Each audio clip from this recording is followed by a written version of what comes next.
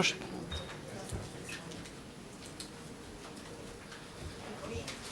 Доброго дня. Good afternoon, dear participants of the briefing. Probably it's obviously that the main goal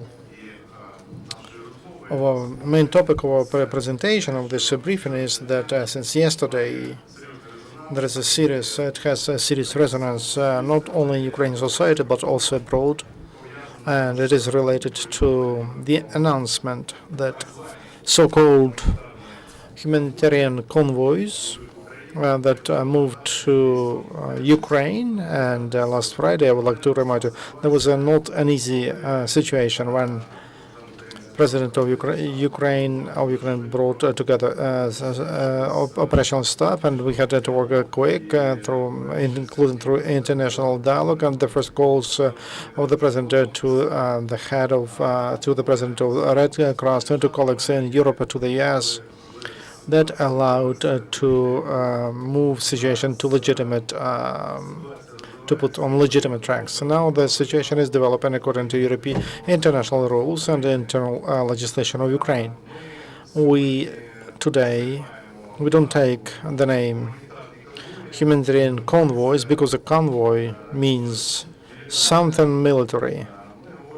We speak about an initiative of the president of Ukraine about an international humanitarian assistance, which Ukraine, together with supplying our humanitarian assistance, is ready to receive from our partners.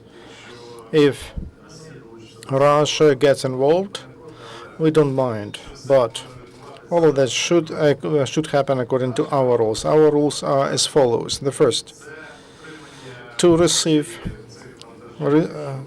those cargoes. If somebody would like to provide to supply cargoes, and that's what Russia thinks, not about financial support, which could be absolutely normal humanitarian assistance, but on supplying certain cargoes.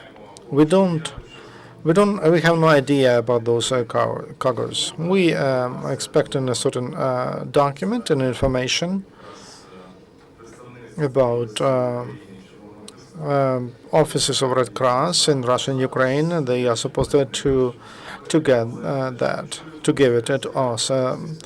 What we hear from Russian side, they speak about humanitarian goods and about what is needed by residents in Luhansk, because now we speak only about one-time action delivery of humanitarian assistance to residents of Luhansk, and there were statements from different structures in Russia that there should be a corridor, humanitarian corridors. We don't consider that issue. This procedure is quite clear, and on border crossing points which are under control of Ukraine, and we know which ones. Today we had a meeting, and there was an assignment given to coordinate this issue with the government. And in the morning,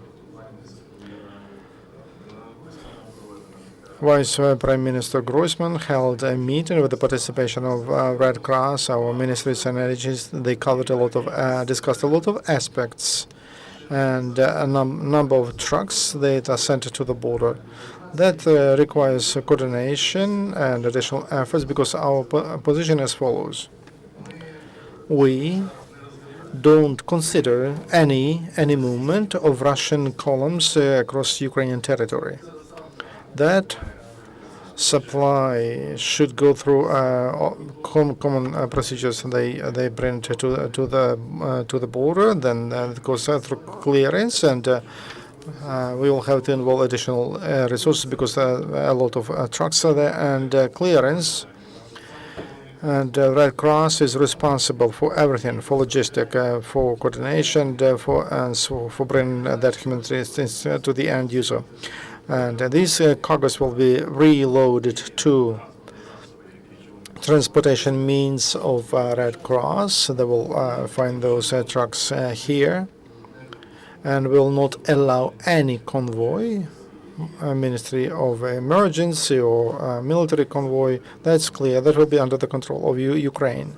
And Ukrainian government takes responsibility for security of supplying that humanitarian assistance. In addition to that, it's important that Russia, we received a certain note from Russia. It proves that this is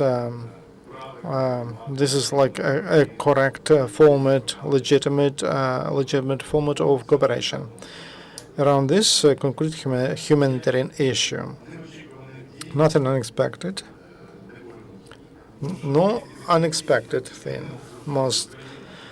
Anything which is not agreed with Ukraine, which is not done at Ukrainian request, it will not be taken as a humanitarian assistance. Last week, we had a clear position, and there is a statement of the Minister of Foreign Affairs of Ukraine that any unsanctioned entry to Ukraine, it will be an act of aggression, and an international community supported us, and in the UN Security Council they told us about that, and the communication between the Ukrainian president and the president of the US, with Mr. Barroso, with the president of Red Cross, shows that we have a common understanding completely.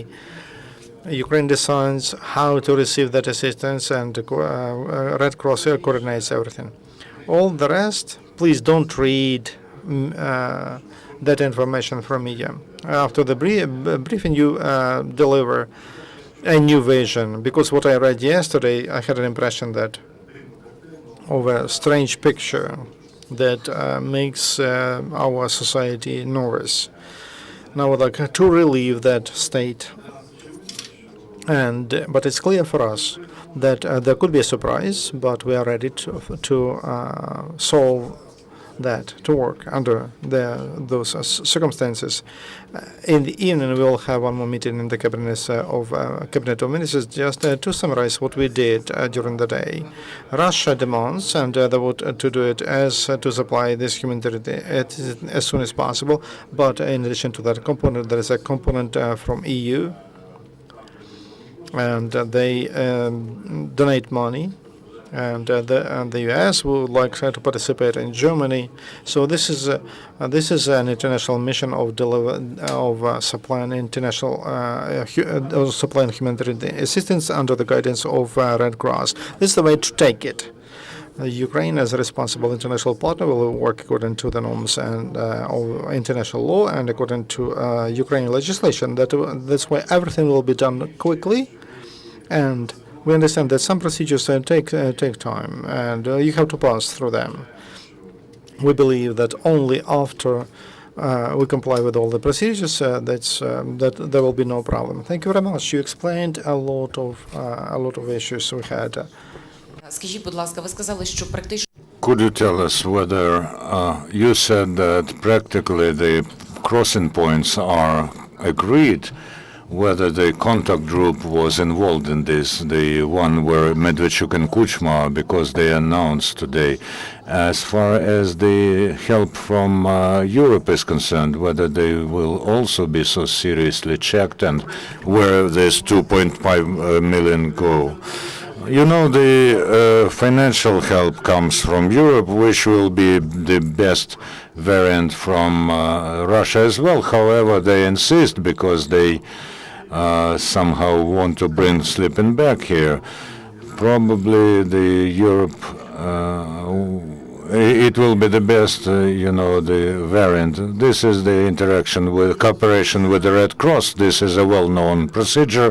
As far as the crossing points are concerned, we don't need any decision from the contact group, because we're talking about the crossing point controlled by Ukraine between Belgorod and Kharkiv regions. The other thing is, and we have the problem here, how do we deliver the help on the territory which is controlled by the militants in Luhansk region? I think that this issue still needs clarification, because yesterday even the video conference of the contact group at noon, which was dedicated to this, did not bring any results because they did not send their representatives. And at 6 p.m. it was also without any result, we do have an issue with what will happen there where we don't have control. This issue is under discussion now, and I hope that their curators will find a decision somehow. And without such a decision, there are still questions about the beginning of the realization of this delivery. We understand very clearly what to do on the territory which we control, but then the International Red Cross is responsible. For you to understand, it is the International Committee of Red Cross that coordinates and is responsible for the delivery. We also expect for a representative from Geneva who will be directly responsible for this issue. I wanted to ask what communication, if any, the Russian government has had with you today about this particular convoy that has started to move toward the Ukrainian border, if they've communicated to you their intentions or their willingness to work with the Red Cross to certify it.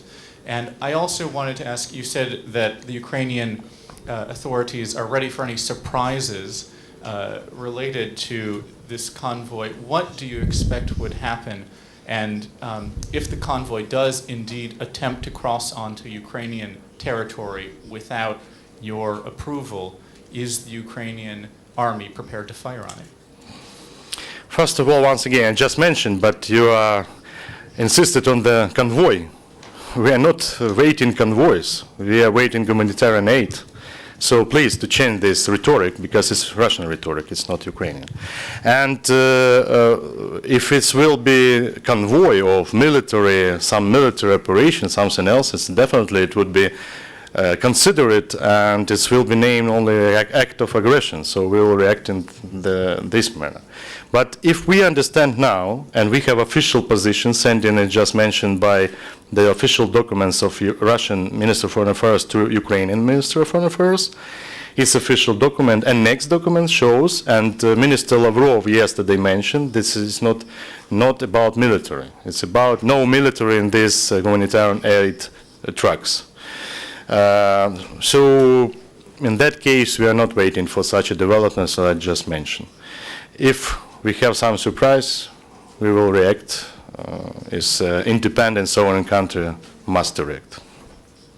Телеканал Еспресо, Анвар Деркач. Пане Чалий. My question pertains to citizens, Ukrainian citizens who were kidnapped by Russian special services and are now in jail. For instance, Mykola Karpyuk is in Vladikavkaz, in the place that is known as a chamber of torture, and his lawyer could not meet him, and he said that there's only political means left to release to Mr. Karpyuk. Unfortunately, regrettably, we have several hostages, in essence, who are in Russia. Nadia Sachenko, the film director Sentsov, and Mr. Karpyuk, and this is not the full list. And of course, every case is under control. First of all, we monitor constantly by the Ministry for Foreign Affairs. Our consuls are working. This is not easy, and you, of course, right in saying that this is being decided often only on the very high political level. Some cases are very complicated. The Ukrainian Foreign Ministry knows about every case, but regrettably, we cannot control fully what's happening in Russia. We're trying to find every means to release to free our hostages. There are several cases, and they are specific to any case. For instance, the arrest of our 5 officers of Brigade 72, who've been returned to Ukraine, Of course, there are scandalous cases when, for instance, 7 kids with cerebral palsy were taken hostage by the so-called rebels, and I call them terrorists, and I think that they are outside any human understanding. They took those kids and took them to the territory of Russian Federation. However, after the active position of Mr. Poroshenko and our structures who are responsible, I hope that these children will be tomorrow in Ukraine. Now they are in a hospital because they are in the state of shock, but our consul will be taking them tomorrow to Ukraine. My answer is that we know about all those cases, and this is the constant work of our consuls who help lawyers, and but the decisions and solutions are very complicated because, of course, there's a very complicated situation in the Ukrainian-Russian relations. Clarify one thing. So you are not allowing the trucks with humanitarian aid from Russia to pass over Ukrainian space? First of all, I know this today I discussed this with International Committee Red Cross representative. They mentioned they understand their responsibility and they plan to rent the car here, trucks, not this Russian. That's why we support that position from Ukrainian side. I would say it would be very sensitive to allow Russian trucks, even without drivers, to allow access to Ukrainian territory. Now this real challenge for us, but I think the position now very clear. We are ready to bring all these goods or humanitarian aid to trucks that's Red Cross taken. And we are Ukrainian side to try to facilitate it to using our custom procedures on the border to support this Red Cross position. That's why now we not consider any possibilities to access of Russian trucks to Ukrainian territory. And do you know what's in the trucks? No, because not have a list yet, and and we not have it on our border. So when we will have list and procedures, but if I understand right, the International Committee of Red Cross waiting today the specifications, so-called specifications from Russian side about the list what in the trucks.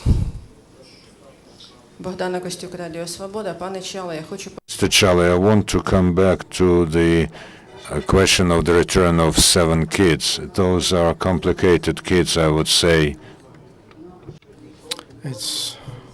They should be returned to specialized institutions, to hospitals, to boarding schools. Do you know where these kids will be after they come back to Ukraine? Once again, on this stage, we are working on taking them back, and I believe that we will succeed. They will not return from where they were kidnapped. And then, against their will, just kids, you know, it's just a crime according to Ukrainian legislation. They should return to where there will be rehabilitation for them, and not only rehabilitation of doctors, but I'm not a professional on these medical issues, but I understand that after such a shock, kids need support. I don't know about the decision, but you are right that we have to understand what will be after that. I believe that Ukraine has everything for that, and there will be a correct decision. And if it requires some treatment abroad, we cannot do that. Many international partners have promised to us that that they can help with that, and not only with children. The last conversation between the President of Ukraine and Secretary General of NATO, they agreed about humanitarian support, like it's prosthesis to artificial like hands or legs, and we don't have a specialized industry even for that, and they told that they would help us with that. For our soldiers who stand for Ukrainian sovereignty, but also our soldiers stand also for the security in Europe. So this is a humanitarian aspect. We are working on this all the time, and we coordinate everything with international structures. And now we speak about IDPs and with UN, Red Cross. And for us, it's not anything new. But in principle, those gunmen in the east, they create such conditions that do not allow residents to live a normal life there, and they just destroy, like electricity generators. We would like to provide that, and they just destroy everything. So that's a very complicated situation. As soon as we stop terrorist organizations, Ukraine will be able to rebuild everything with the support of international community. We have agreements about projects of reconstruction with EU, with Germany, Poland. We have lots of cooperation with in post-war period. As soon as we liberate cities like Slaviansk, and they told that now there is a normal life in Slaviansk, and the measure of success is liberation from terrorists, and then we will not need any humanitarian convoys or anything. We'll handle the situation. But now, when the access to territories which are under the control of terrorists in Luhansk, and without Russians, it's very difficult to get to that assistance. So we agreed to this humanitarian aid, but under our control and under our conditions. Have you discussed the issue of refusal? Because some people tell in Kiev that they burnt our house and now they present us an extinguisher. What was behind your thinking that you accepted this? First of all, this is an international assistance. We receive it from different countries and from different organizations, including from Russia. According to the international law, it's not prohibited. And despite the fact that Ukraine decides, has the upper hand on receiving this humanitarian aid, but everything that helps the residents and all, Ukraine will not be an obstacle as to assistance to residents.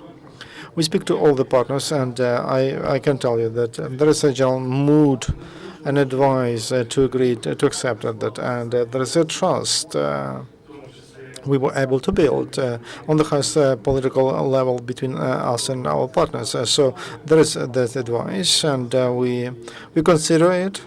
And there is a political decision. The other thing, there is a clear political decision not to prevent any chance of using any format to continue aggression. One more argument already used, and then for us, we don't control completely those that area which is under the control of militants, and that Russian element. This is an element that will be supplied to those areas that are under the control of terrorists. You understand that if Ukraine just stopped any humanitarian initiative, that would not be a good. That's not good for implementation of the peaceful plan of President Poroshenko. Thank you very much, and in the afternoon we will have probably new information. But please don't use the word convoy, because we take it as an international humanitarian aid, international mission, and initiative is Ukrainian, but it is under the coordination